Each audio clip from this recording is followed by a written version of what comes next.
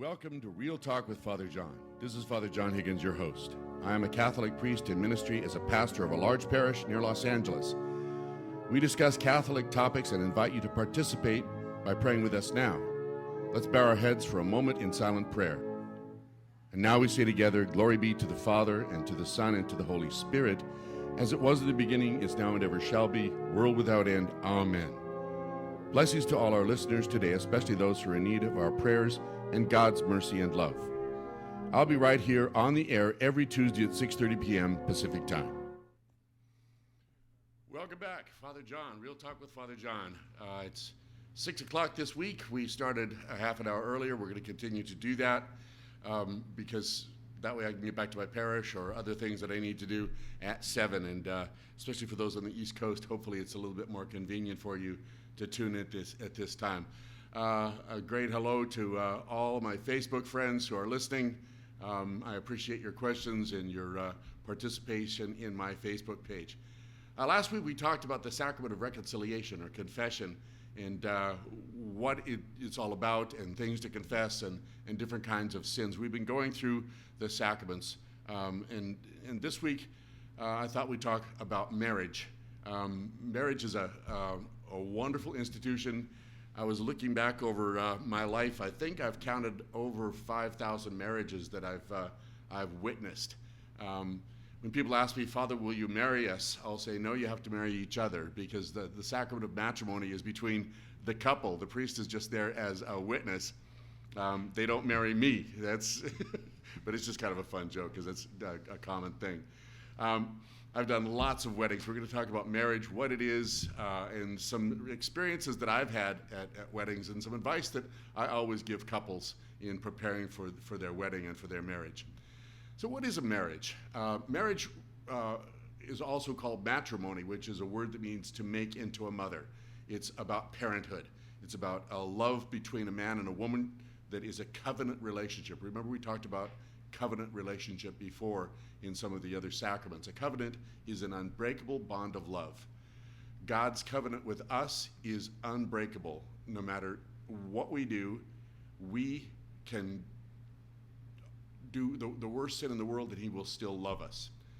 He allows us in giving us free will to choose to never be with him again, and we can kill our relationship with God on our end by committing a mortal sin, but he will always love us, even if we choose by our actions and our thoughts and our deeds to go to hell. That covenant relationship is in the bond of marriage. Marriage is between a man and a woman. I know there's been a lot of debate about that lately, and I've never been asked to do any other kind of marriage but between a man and a woman. I've been asked to do lots of those. But I look at the great debate about different kinds of marriages, and I see it moving from just same-sex oriented marriage, what they would call marriage, to other kinds of things. And I believe that's a very unhealthy way for us to go in our society, especially in our church. Our church will never recognize any kind of a marriage but between a man and a woman. In that covenant relationship, Jesus tells us that a man leaves his mother and father and clings unto his bride, and the two become as one flesh. When we talk about a marriage, we're talking about two people becoming one in all kinds of ways. They do maintain their individuality in that one's masculine, one's feminine. One's got maybe an outgoing personality, one is shy, one likes this kinds of things, and the other likes those kinds of things. They maintain their own personhood, but they become bound in an everlasting, forever in life relationship that is blessed by the church.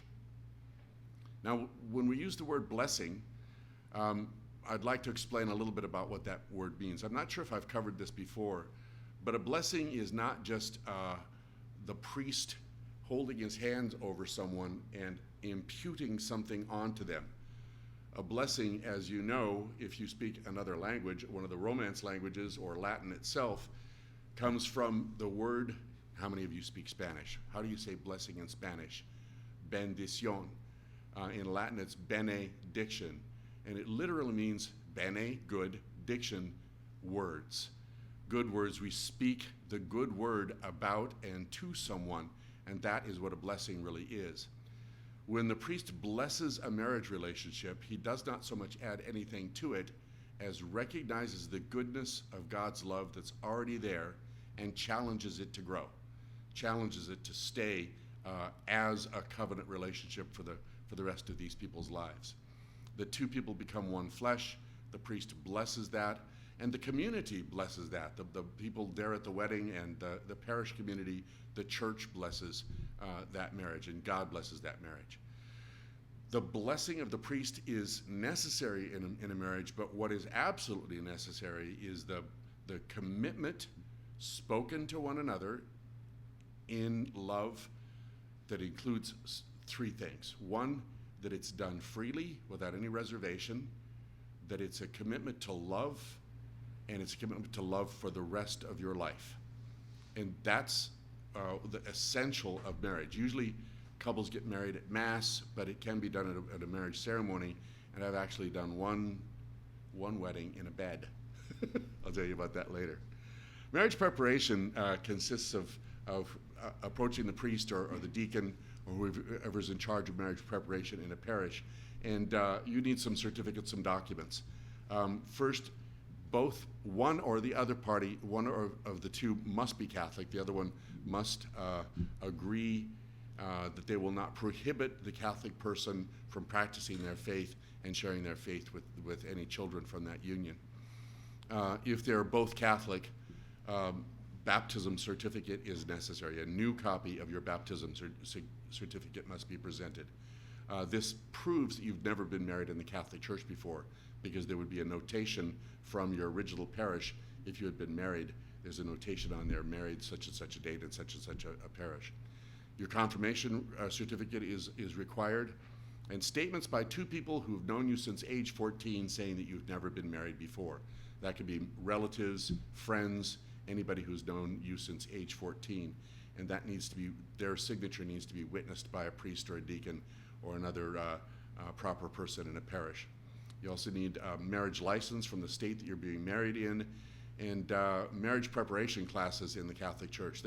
In our diocese, for example, there's a Saturday program for engaged couples, and then there's also Engaged Encounter. I recommend that as well. It's a weekend experience where you go as a couple to a retreat place and spend the weekend in preparation for your marriage. The marriage preparation class covers lots of different topics: communication, relationships with families, traditions in families, because some people grow up with traditions that they just have expectations in a family. For example, somebody might grow up and in their family, it was all right to hug and kiss everybody, and in another person's family, it isn't. So it goes through those traditions in people's families of what's kind of expected. Who is expected to pay the bills in the family? Who's expected to prepare dinner? Who's expected to make the beds? Who's expected to make sure that the house or the apartment is paid for every month or every week? And making sure those things are covered so that the communication between the couple can be more about their relationship than about tasks in their marriage. And then once all those things are done, you start making wedding plans, and wedding plans are different than marriage plans. Marriage plans are planning for the rest of your life together. Wedding plans are the plans that you have for your day that you're going to be married in the church. Now, history had people getting married with their families supporting them. They would provide for the reception, they would provide for the church. The couple usually showed up, and the bride may have a wedding dress, maybe not, but people just got married, and their family would welcome them as a newly married couple. Recently, in the last 50, 60 years, that's changed, where the burden of the whole wedding has fallen on the couple. And I see this as a dangerous kind of thing happening in our society. The couples are expected to spend more and more and more money, not only on their wedding, which is fairly inexpensive in a church, but on the reception. It's become a huge financial burden for couples, and people come to expect that a bride and groom are going to throw a huge reception with a dinner and drinks and all kinds of things. And there's that expectation that it'll be the most beautiful, even more beautiful than anybody else's in the family, and it's gotten very, very expensive. There are expectations of flowers and limousines and all kinds of things that the couple who are just starting out their life are expected to pay for. And I wish this had not happened. And I see couples coming to the church and they're overburdened already with trying to pay for a house or pay for an apartment. They may be planning on having children, and they have to spend at the minimum $10,000 on a reception, sometimes $50,000, $75,000, $80,000 on a reception. And that really is a very difficult thing for people to do. So when couples come to me, I give them a little counseling, not just on their marriage preparation, but on planning for their wedding. We're going to be going for a commercial break in just a moment. When we come back, we'll talk about some hints about planning a wedding that I always give to couples.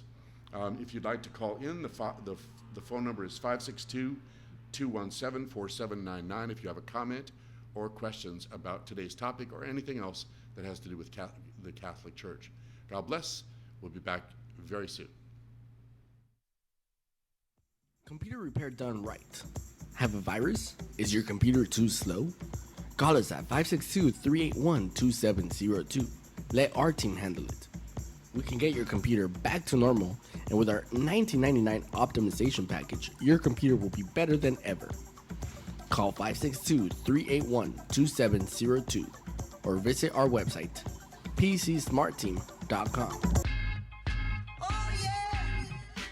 Getting a new roof should be an easy experience, only if you use Royal Roofing. We have the most professional, reliable, and experienced workers in the industry. With over 30 years of experience, Royal Roofing leads the market in roof maintenance and repair. We guarantee your complete satisfaction. Give us a call for a free on-site inspection estimate in the Los Angeles or Orange County area. 800-ROOF-390. That's 800-766-3390, or visit us at royalroofing.com. Don't let the opportunity of a lifetime pass you by. We at Today's Realty and Loans are here to make your dreams become a reality. Rates are at a record low. Now is the time to act. Call us at 562-862-0777. Free pre-approvals and credit report when you mention Father John. Today's Realty and Loans is here to simplify the buying and selling process. Please call us at 562-862-0777. And don't forget to ask about our no closing cost loans. Lo podemos ayudar en su propio idioma para compra y venta de propiedades y refinanciamientos. Hey Juice, when was the last time you went swimming at a friend's house? Just the other day. Why? What's up? Well, the other day I went to my friend's house to go swimming, but it was all green, man. Oh, I know exactly what you need. You need to go talk to my friend Chris Anderson over at Chris Anderson Pool and Spa. He can help you out with algae, filter problems, weekly cleanings, pretty much anything to do with pools and spas. What's that number, bro? Give him a call at 310-500-7439. Again, the number is 310-500-7439. Hey Pac-Man, I've got a big problem. This weekend is my brother's prom, but we can't afford to buy him a tux. What you need to do is go see my friend over at Downey Rent-A-Tux. They've got great deals on a huge variety of outfits. Anytime I DJ a wedding or a quince, I go to Downey Rent-A-Tux and always get hooked up. So go check them out and mention EMX Radio and they'll hook you up too. That sounds perfect. Where can I find them? Go check them out at gotorent2tux.com. That is rent2tux.com. Poor Ben is only 20 years old, but has the spine of a 70-year-old man. Ben tried medicine, acupuncture, physical therapy, and even other chiropractors. Now Ben, after only 6 weeks of care, is almost pain-free and is going back to the gym. A chiropractor is like a surgeon. You need to research and get references to see if they have a good set of hands. At the chiropractic office of Dr. Mariscal, we cater to everyone. And remember, by appointment or by chance. We're always glad to see you back. To set up an appointment, go to drmariscal.com. Juice, I heard you were at a party the other day and the DJ completely destroyed the party. That's right, Pac-Man. I was checking out his skills. They were not there. Didn't know how to MC. Lighting sucked. And guess what? There was cables showing everywhere. What's up with that? You know what, man? Cable management is really important. And when a DJ can't talk on the mic, What's the point? A DJ really has to know how to rock the party. He needs to MC. He needs to take control of the party. So, folks, listen closely. If you're in the market for a DJ, if you have an upcoming wedding, quinceañera, birthday party, any kind of an event where the DJ will make the difference, make sure to check us out, escevents.com. Welcome back. This is Father John, Real Talk with Father John. We're talking about weddings today, and we'll talk about another topic as well, or a couple other topics. But I was talking about marriage preparation. Part of planning for the wedding is making sure that you plan a wedding that's your wedding. I know a lot of people who come in and say, well, my aunt wants me to do this, my grandmother wants me to do that. And it's good to take people's advice and listen to people who've gone through marriages before, but keep in mind, if you're a young couple, it is your wedding, and there are some certain things that you must do in a church if you want a Catholic church wedding, but making the wedding your own day is good too. Sometimes people will come up with ideas that we've always done this in our family, and if you don't want to do it, don't feel like you're obligated to do that. For example, in our family, we always tie a lasso around the couple. Somebody might say that, and if you want to do that, that's fine. But if you would rather leave that out, that's okay too. I always tell couples too, when they're planning for their wedding, they're often very nervous that their wedding is perfect, and I say no, don't have a perfect wedding. The best thing that can happen is if there's a big mistake right at the beginning of your wedding.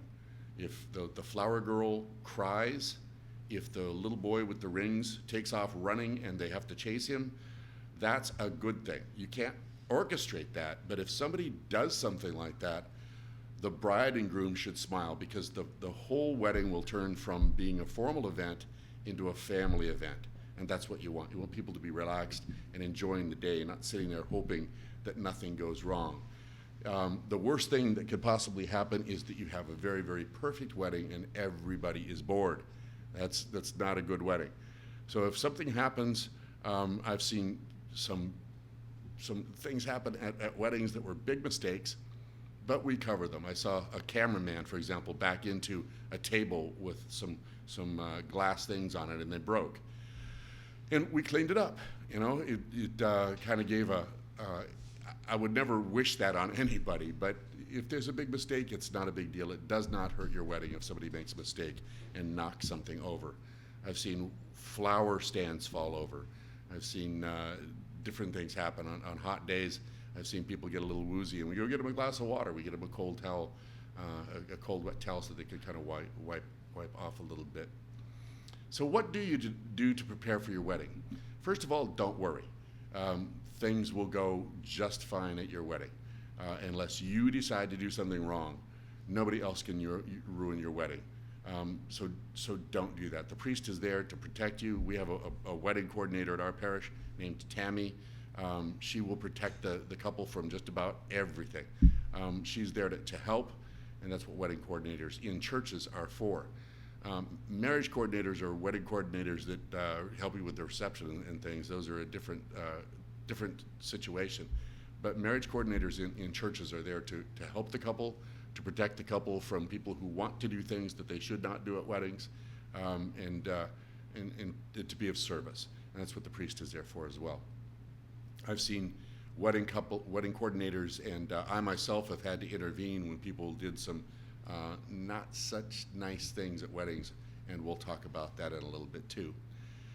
Concentrate on what's important in planning your wedding. Think about the weddings you've gone to. What did you remember? Did you remember the flowers? Did you remember what the limousine looked like? Did you remember how big or beautiful the dress was? Did you think about the things that you remembered at a wedding? Sometimes the most important thing at the wedding is being able to hear the couple say the words, their vows to each other. Sometimes it's just the look on the couple's face. So those little things are what's really important.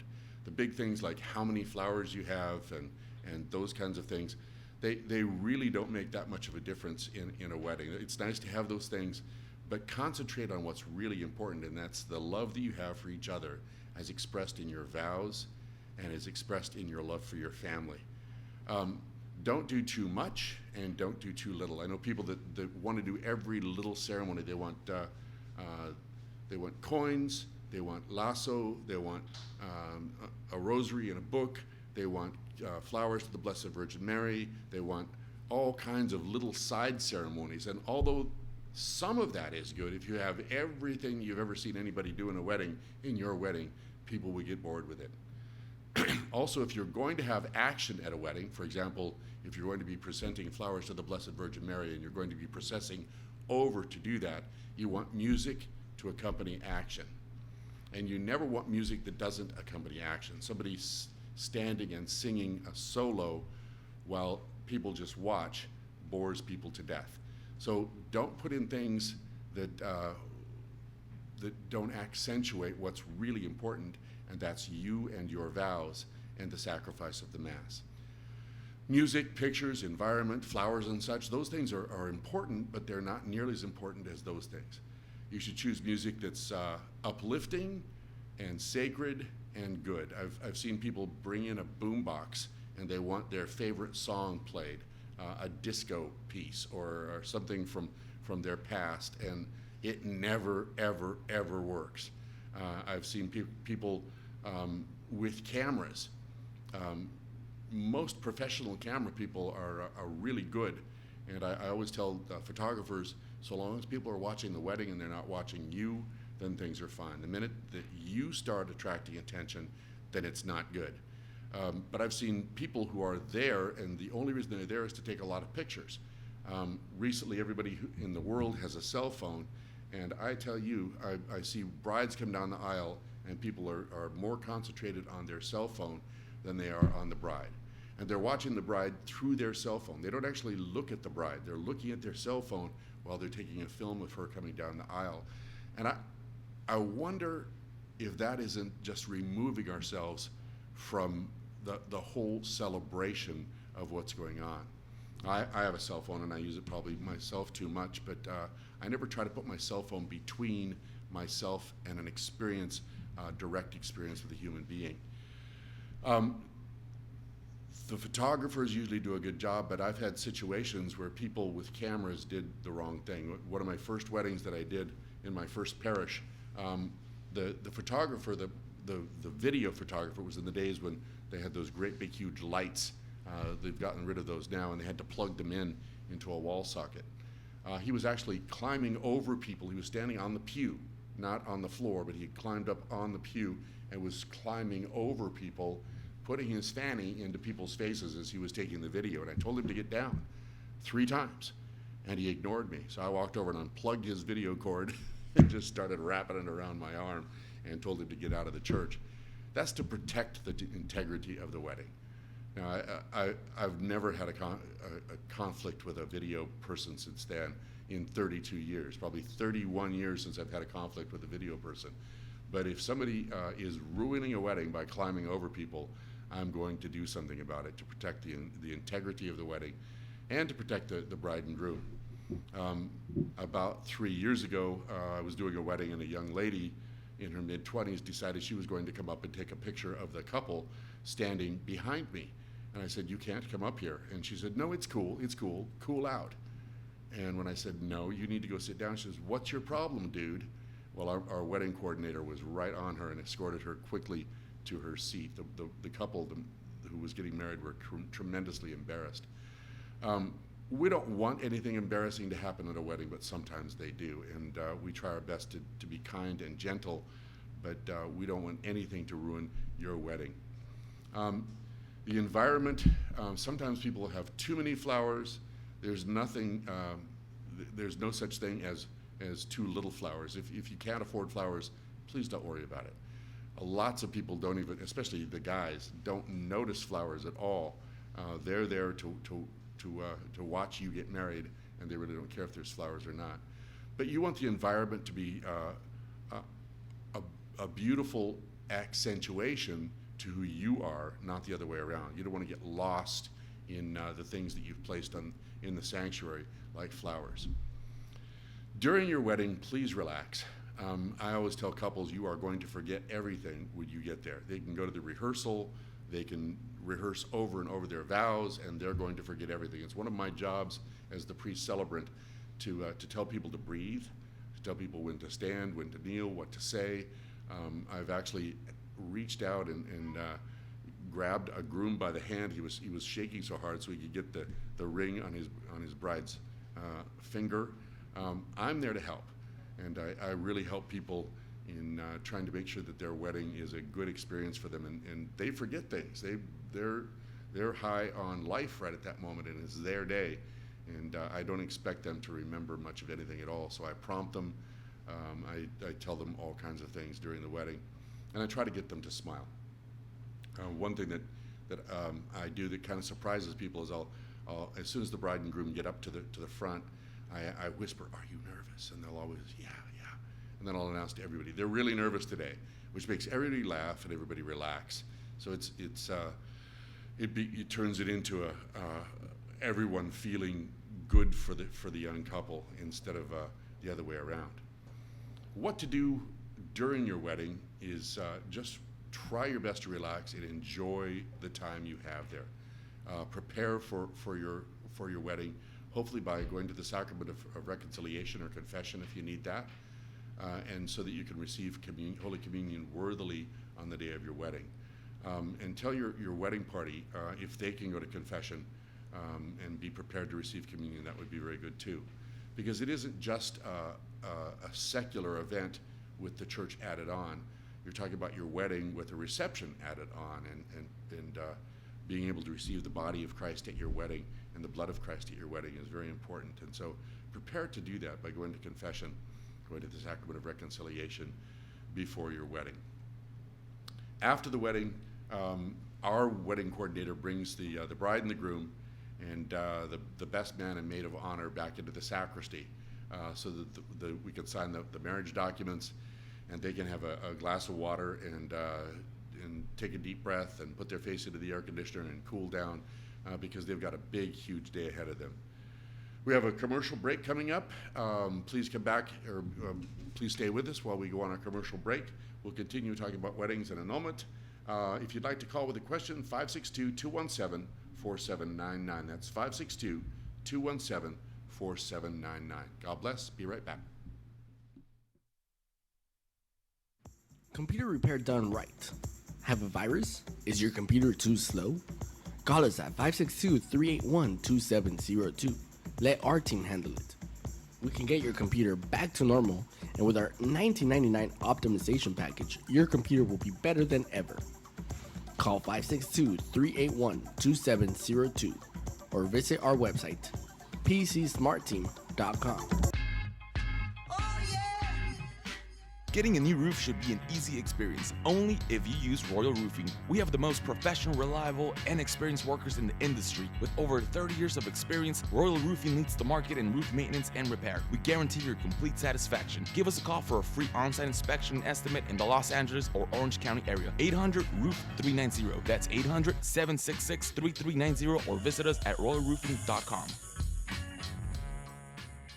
Don't let the opportunity of a lifetime pass you by. We at Today's Realty and Loans are here to make your dreams become a reality.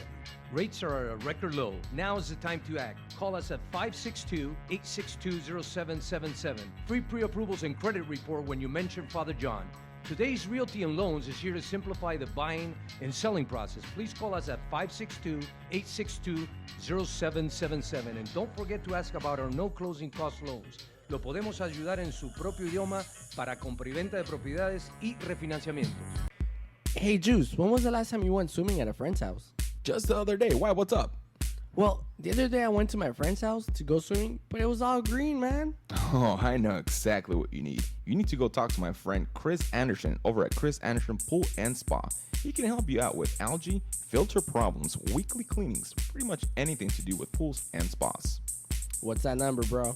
Give him a call at 310-500-7439. Again, the number is 310-500-7439.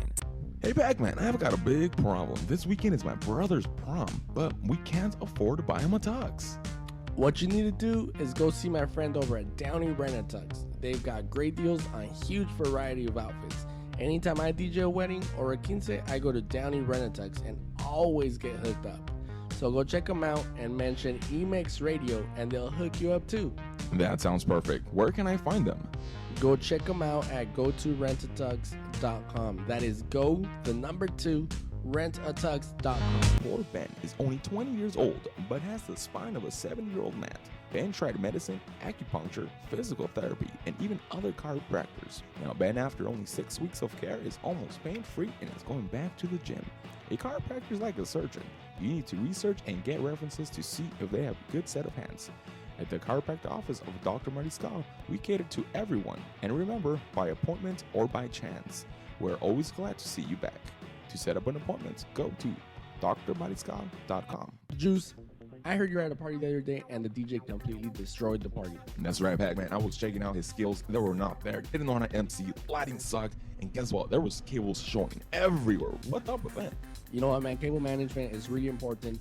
And when a DJ can't talk on the mic, what's the point? A DJ really has to know how to rock the party. He needs to MC. He needs to take control of the party. So, folks, listen closely. If you're in the market for a DJ, if you have an upcoming wedding, quinceañera, birthday party, any kind of an event where the DJ will make the difference, make sure to check us out, escevents.com.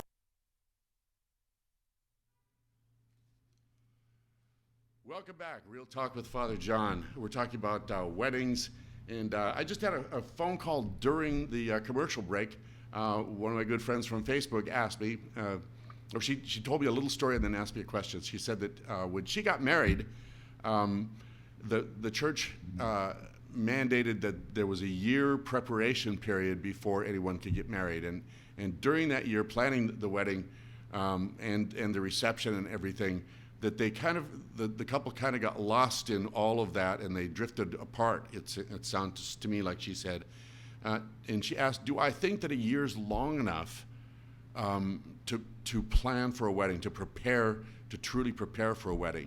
And if that's still the practice of the church, and if I think that's long enough. I think that it depends on the couple.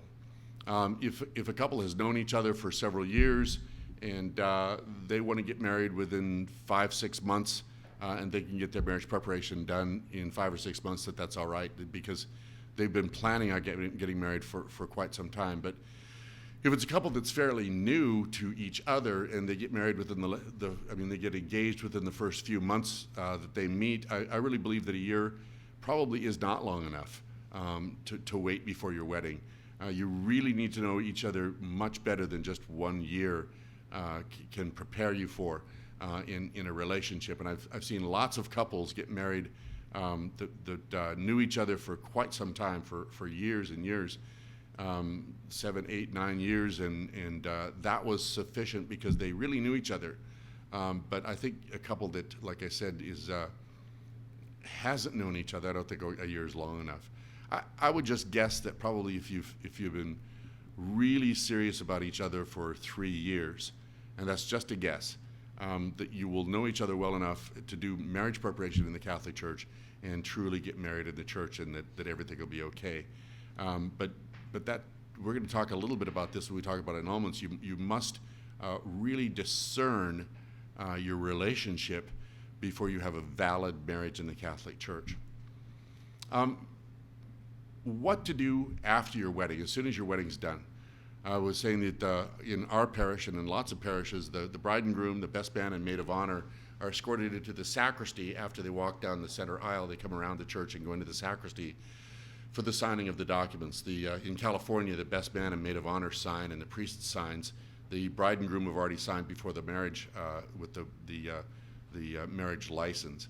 But I always tell couples that they should have a little water. We have water for them there, but they should have water and a little bit of food and so forth, because they're going to go back out into the sanctuary usually for a few pictures, and maybe to another place for pictures, and then on to their reception. And they're going to need some water. They're going to need some food. Lots of couples don't take time to eat breakfast, and if they're getting married at noon or 2 in the afternoon, by the time they get to their reception, sometimes it's 4:30 or 5 o'clock, and trying to get through a whole day of high energy and high emotions with little or no food or water is really unhealthy. So I tell them to make sure that they have water, and to assign somebody, or maybe they just do it themselves, to pack something for their limousine ride or whatever car they're going to be going into their reception, to have some kind of food that's easy to eat and is not messy, because you don't want to get food on your clothes in that limousine, so that you can, on the way to take pictures or on the way to the reception, You can have a granola bar and something refreshing to drink. I always tell couples, try to avoid the alcohol because it'll dehydrate you, and it'll also ruin your reception if you have too much of it. It's one thing to have a champagne toast and to have a cocktail or something at your wedding, but try not to have too much, otherwise you're going to ruin your whole reception. Assign someone that you trust to keep giving you water or other refreshing drinks at the reception, because people will talk to you and talk to you and talk to you. I've known brides and grooms that have told me that they never got to sit down to eat at their own wedding reception. Assign someone to come over and get you when it's time for you to eat, when dinner is served, so that you actually get to sit down. And people will come up and talk to you. Continue to eat. It's not impolite. You need to get some food into you so that you can enjoy your reception and not pass out from lack of food. And do enjoy your reception. The party is for you, even though you're putting it on. Usually you're paying for it. The party is also for you. So enjoy your reception. And if you feel like dancing, dance. If you don't feel like dancing, don't. There are some times when you're expected to dance, the first bride and groom dance. But if other people ask you to dance, that's okay too. But always remember that it's your reception, and you should be doing only things that you want to do at your reception. Not selfishly, but in a way that protects the integrity of what you're doing. It's always nice for a son to ask his mom to dance at the reception, a daughter to ask her dad to dance, and maybe a brother or a sister. Asking people in the family to come out on the dance floor with you at your reception is really good too. Other advice I give to couples is don't leave on your honeymoon the same day as your wedding. You're going to have a long day, and if you're planning on flying to Hawaii or even driving a few miles, you're going to be exhausted. Either go home or find a hotel close by where you can just go and spend your first night not too far from the reception, because it's going to be a long, long day and you'll be exhausted. You're not going to feel like getting on an airplane or driving 50 miles. So those are just some hints for planning a wedding. Remember that your marriage is far more important than your wedding. The wedding will come and go, but your marriage hopefully is for the rest of your life. And your wedding, I've seen things happen in weddings that are really interesting things. I've seen things happen in weddings that were not so interesting. Some of the fun things that I've seen happen in weddings was I did a wedding between a young lady and her fiance. She was about 5'2" and he was about 6'4", and they loved each other. He was in the Air Force, and she was a member of a family. I taught high school. I taught her brothers and sisters, and when the wedding was just about over, the best man ran into the sacristy and came out, because for the kiss, and this was a surprise to the bride and groom, but it was a well done surprise. For the kiss, he ran out with a ladder that was painted white with bows all over it, white bows all over it, and she climbed the ladder to kiss her husband, and everybody just thought that was very, very sweet. I've seen other things happen at weddings that were really sweet and kind of surprised people. I did a wedding of a couple up in Santa Barbara. He was not a Catholic. He was a rodeo cowboy, actually. He was into wild horse riding. And she was from a Catholic family, and her family was fairly conservative, and said there'll be no cowboy stuff during this wedding. So we did he did wear cowboy boots under his tuxedo, black cowboy boots, but that was all. At the end of the wedding, after the final blessing, I handed him a white Stetson hat to go with it was a black Stetson hat to go with his tuxedo. And he turned around and put on his black Stetson hat, and his cowboy buddies all cheered, and they processed out of the church. I made the mistake of handing it to him backwards, and he put his hat on backwards and walked out of the church with his hat on backwards. So they have that on film. But fun things can happen if you're planning a wedding. Think of something that is just between you two, and if it's tasteful and you both want to do it, you can add that to your wedding, so long as it's not too many things, like the ladder or the cowboy hat. I've seen other things happen at weddings that were not good at all. For example, the boombox incident, or the guy with the huge camera. And the worst was I did a wedding, gosh, this is 3-4 years ago. The wedding was scheduled for 2 o'clock and the bride did not show up until 3:30. All of the guests were angry. The groom was completely embarrassed. I almost left. I probably should have not done the wedding. She walked in and processed up the aisle, and I said, "Turn to one another and repeat after me." And she said, "We're having mass." I said, "We already had it." And I was not happy. She was not happy. But the groom had told me that she planned to have her hair done at 2 o'clock, knowing that the wedding was scheduled at 2, making all of her guests sit there and wait. It was horrible. I've only done a couple of weddings where they were absolutely on time. Most married weddings are a few minutes late because the bride or the groom, usually the bride, has some kind of problem that she needs to take care of, or she's a little bit late. That kind of thing happens, and we kind of come to expect that 5-10 minutes late starting the wedding. But please, if you're going to get married, do not plan to get your hair done at the same time as the wedding and just plan to be an hour late. It's rude to your guests and rude to the church, and rude to your fiancé if he's going to be there. We're going to be going on one more commercial break, and then we'll come back and talk about what happens if the marriage does not work out. If a couple needs an annulment, or if you need an annulment from marriage, what do you do and what kind of annulments are possible? So God bless. If you'd like to call 562-217-4799, 562-217-4799. We'll be back right after this. Computer repair done right. Have a virus? Is your computer too slow? Call us at 562-381-2702. Let our team handle it. We can get your computer back to normal, and with our $19.99 optimization package, your computer will be better than ever. Call 562-381-2702 or visit our website, pcsmartteam.com. Getting a new roof should be an easy experience, only if you use Royal Roofing. We have the most professional, reliable, and experienced workers in the industry. With over 30 years of experience, Royal Roofing leads the market in roof maintenance and repair. We guarantee your complete satisfaction. Give us a call for a free on-site inspection and estimate in the Los Angeles or Orange County area. 800-ROOF-390. That's 800-766-3390, or visit us at royalroofing.com. Don't let the opportunity of a lifetime pass you by. We at Today's Realty and Loans are here to make your dreams become a reality. Rates are at a record low. Now is the time to act. Call us at 562-862-0777. Free pre-approvals and credit report when you mention Father John. Today's Realty and Loans is here to simplify the buying and selling process. Please call us at 562-862-0777. And don't forget to ask about our no closing cost loans.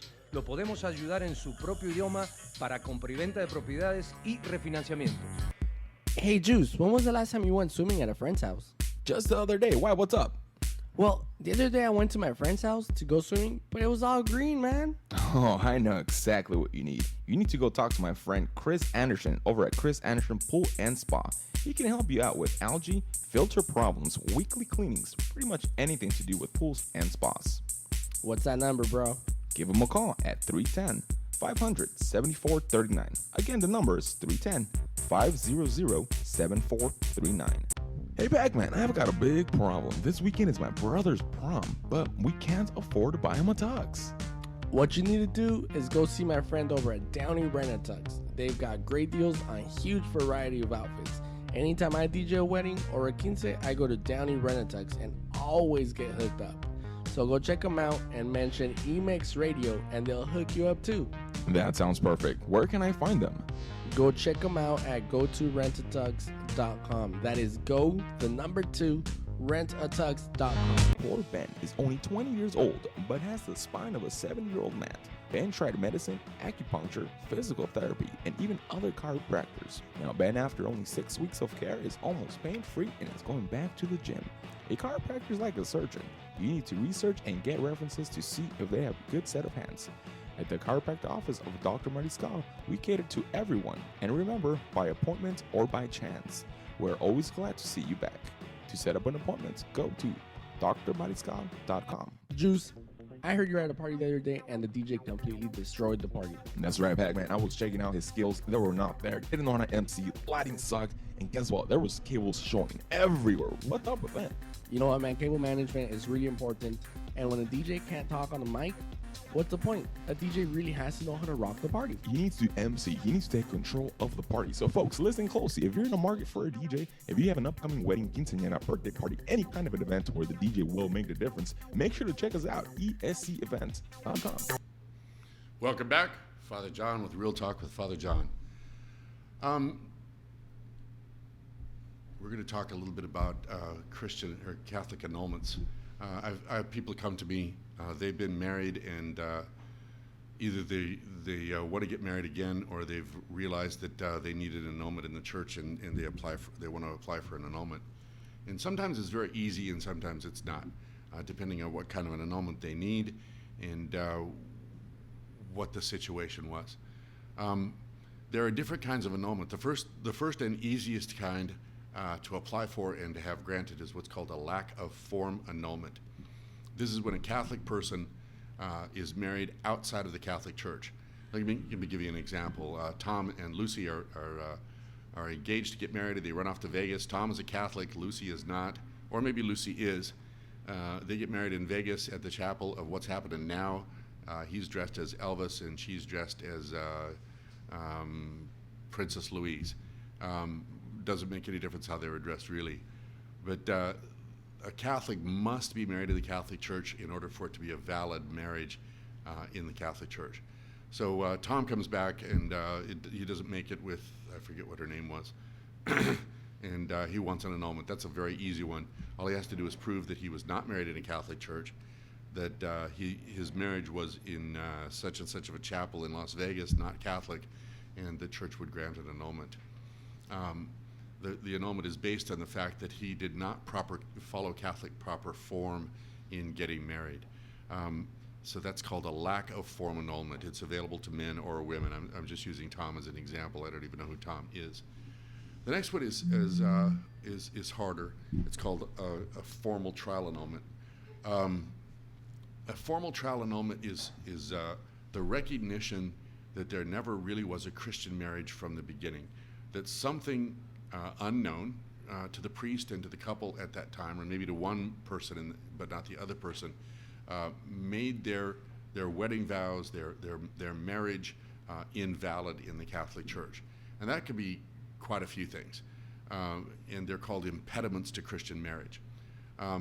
Let's take Tom and, I forget her name, Louise. We'll call her Louise. Tom and Louise get married in the Catholic Church. But later on, Louise discovers that Tom was married before and did not disclose that to her. He's been married before and never told her. And so she needs an annulment because they broke up. All she has to do is prove that Tom was married before, and the marriage is declared null. Lack of discernment. It's harder to prove.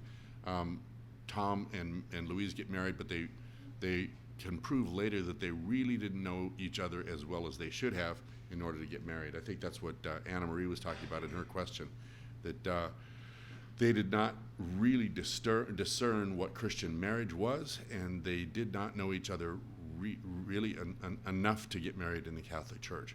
The priest should be helping them to discern that and make sure that they do know each other well enough to get married, but sometimes they fool the priest even, or the priest does not do a good job in helping them discern that. Lack of real Christian intent. Let me give you an example. Tom and Louise are going to get married, and Tom really wants to marry Louise because Louise's father is the man who runs the company where Tom works, and Tom wants to marry Louise so he can move up fast and probably take over the company. That's not a good reason to get married to the Catholic Church. And so if Louise and Tom break up and get divorced, all she needs to do is prove that Tom, his real intent was to use her in order to inherit the company. That's just one example of lack of Christian intent. If one or the other or both persons on the day of the marriage is under the influence, or during their life they're under the influence of drugs and or alcohol in an unhealthy way, that's influenced their real commitment to marry, then that's a reason for annulment. It's an impediment to Christian marriage. Force. If someone is forcing somebody else to get married, then that's an impediment and a reason for an annulment. And not revealing who you really are to your spouse. That's keeping something about yourself that's important secret. For example, Tom and Louise get married, and he had gone to jail one time for stealing something from a company, and he had spent 6 months in jail. He gets married to Louise and never tells her that he had been in jail. It's an important thing in his life, but he never reveals that to her. That would be a reason for an annulment. Now, if he doesn't tell her that one time he stole a bag of M&Ms from the store, that's a different thing. That's a small thing. But if it's something important in his life that he does not reveal about himself, or if it's a character defect or a problem that he's got that's ongoing. I actually did a marriage where later on I found out that the man had a real serious drinking problem, and he was hiding it. He'd even hidden it from his fiancée. He was a very secretive drinker, and it looked to her like he was just a normal drinker because he'd have a beer or he'd have a cocktail, but then she didn't know that he was actually imbibing a lot more than she knew about. Other people have gotten married where they were addicted to different kinds of drugs and never revealed that to their spouse. And then afterwards, during the divorce process, they find out, and that's a reason for an annulment. What happens in the annulment process? Well, there's a petitioner. We're talking mostly now about formal trials.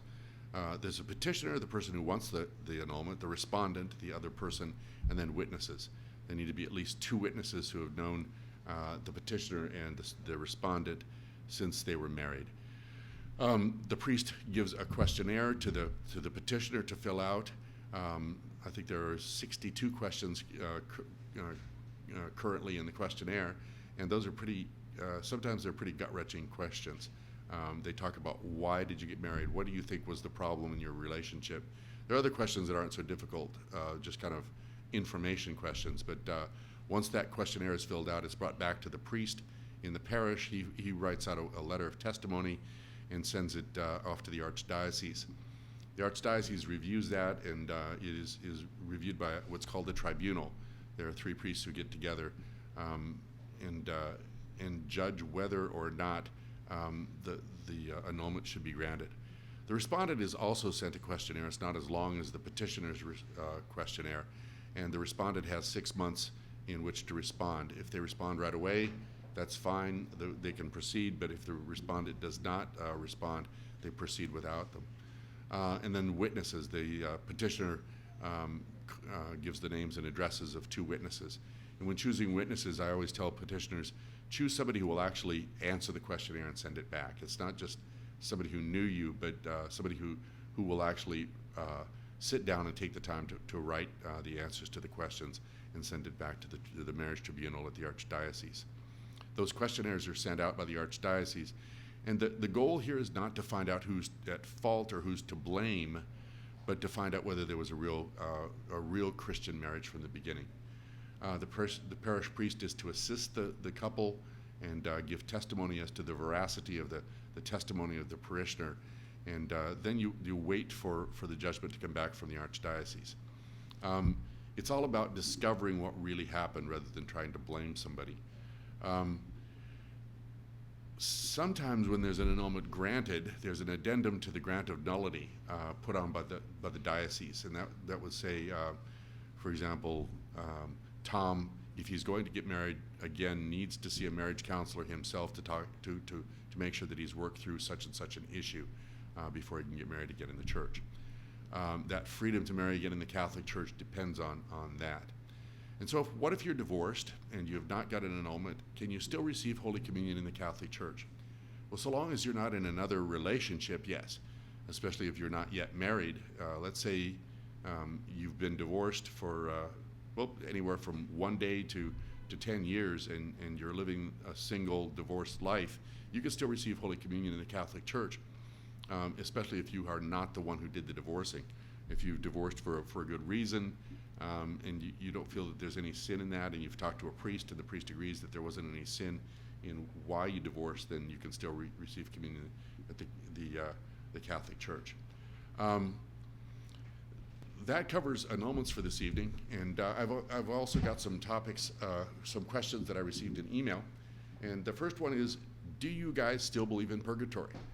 Yes, we do. Purgatory is God's cleansing love that I believe begins here on earth. It purges us. That's the word purgatory, purges us of our sins. It's God's grace that cleanses us. And sometimes it's very uncomfortable, realizing that you've got sin in your life and knowing that God wants you to be rid of it. And sometimes letting go of that sin can be very painful. But even after death, we believe that God gives us a chance to repent and to understand the full impact of our sin on other people's lives.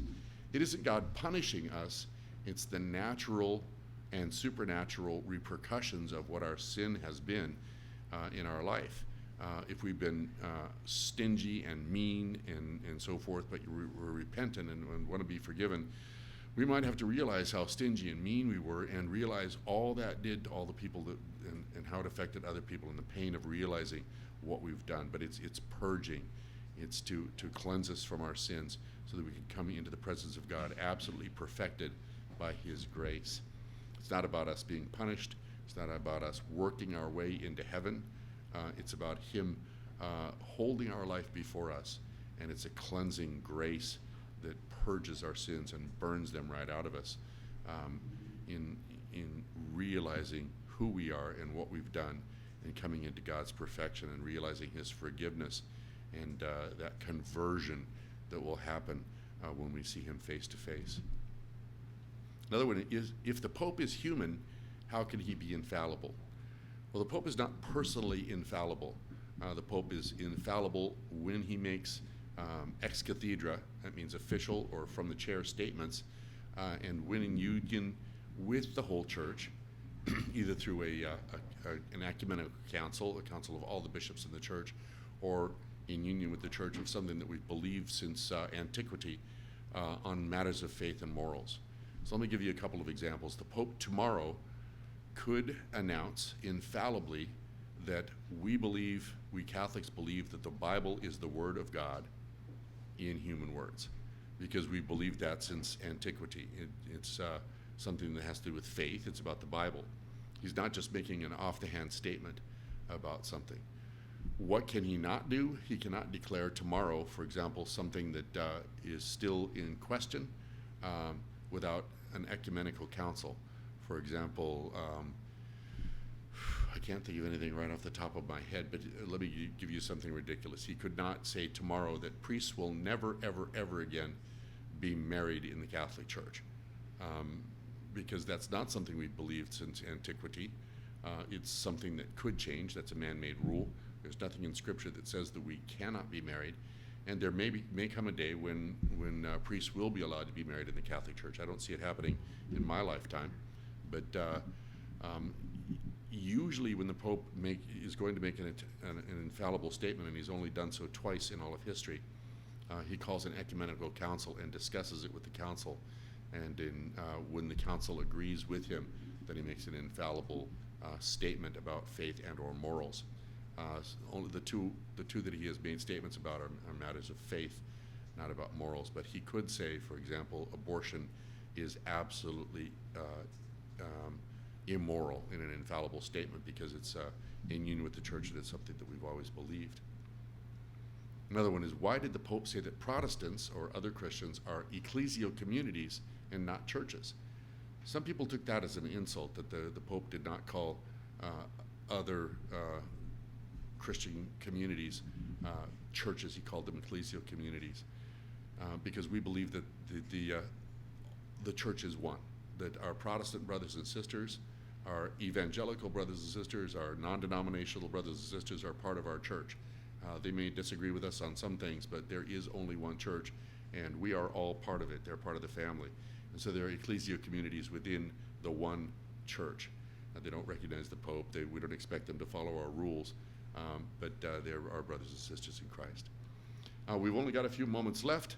I wanted to end this evening with special thanks to all all you who have listened this evening. Special blessings on a friend of mine who's got a little girl who's ill right now, and another friend whose aunt died last night. Special blessings to those two and to all of you.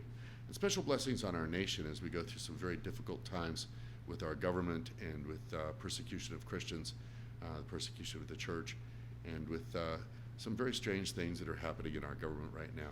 That God's will be done in all hearts, especially in the hearts of legislators and in the hearts of our president and our Supreme Court.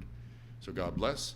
We hope you tune in again next week. Send me questions or comments all during the week if you'd like, and I'll try to answer them on Father John, Real Talk with Father John, next week. Good night. God bless.